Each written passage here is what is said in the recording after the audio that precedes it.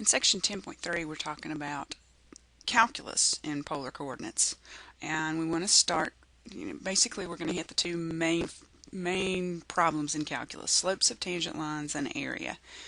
When we start to think about slope of a tangent, remember that a tangent line, the slope of that line, is the rate of change of the vertical coordinate with respect to the horizontal coordinate. If we're looking for the slope of a line tangent to a polar curve, what we've got to do when our polar curve is going to be r is equal to some function of theta. We don't have a vertical component and a horizontal component unless we think about writing them in parametric form. X is equal to r times the cosine of theta, and y is equal to r times the sine of theta. Those are the conversion factors to convert from polar to rectangular form. So we're going to think about that.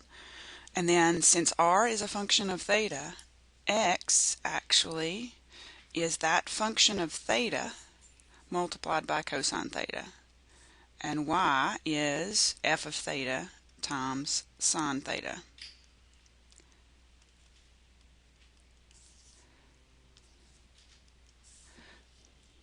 So then the derivative of y with respect to x is going to be your y derivative, the derivative of the y equation, divided by the derivative of the x equation.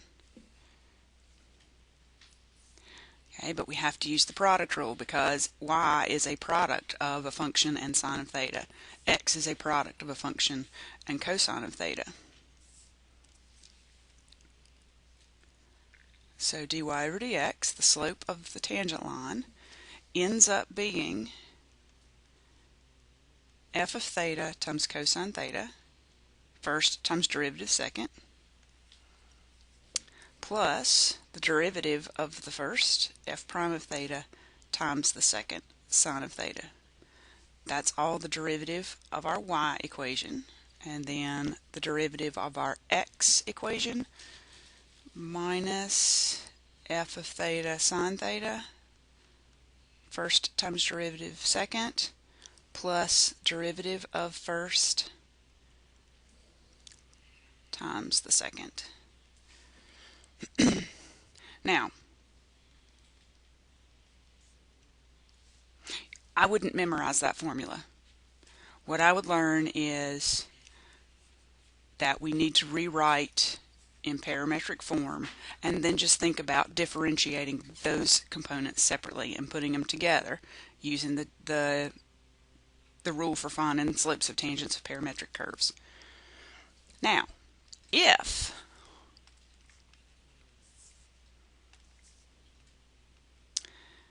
the function evaluated at some particular value of theta is equal to 0,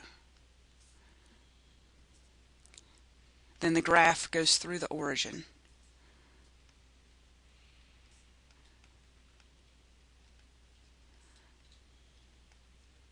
When we have that particular angle. If at that same point the derivative is not equal to 0,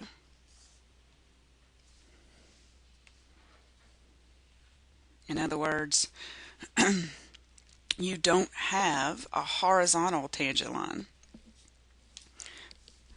then think about what's going to happen here. Dy over dx, okay, using the definition above, we'll have 0 times cosine theta plus f prime of cosine theta sub 0, theta sub 0 times sine theta sub 0. And actually I can save myself a little bit of time. 0 times cosine theta is going to be 0.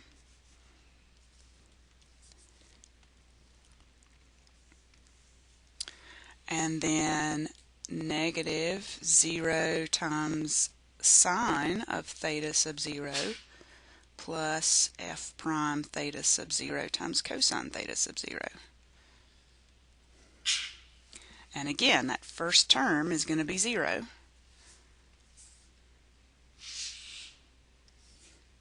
So you end up with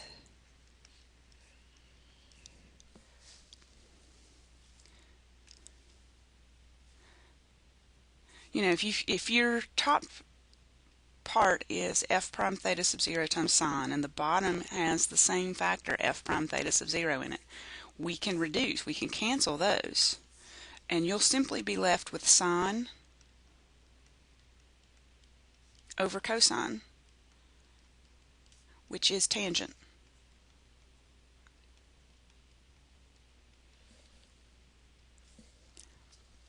So that's going to be the tangent of the angle theta will equal the slope of the line theta equals theta sub 0. In other words, if f of theta sub 0 is equal to 0, then the tangent line has the equation, let's see, tangent line to that curve at the point 0, theta sub 0, is theta equals theta sub 0.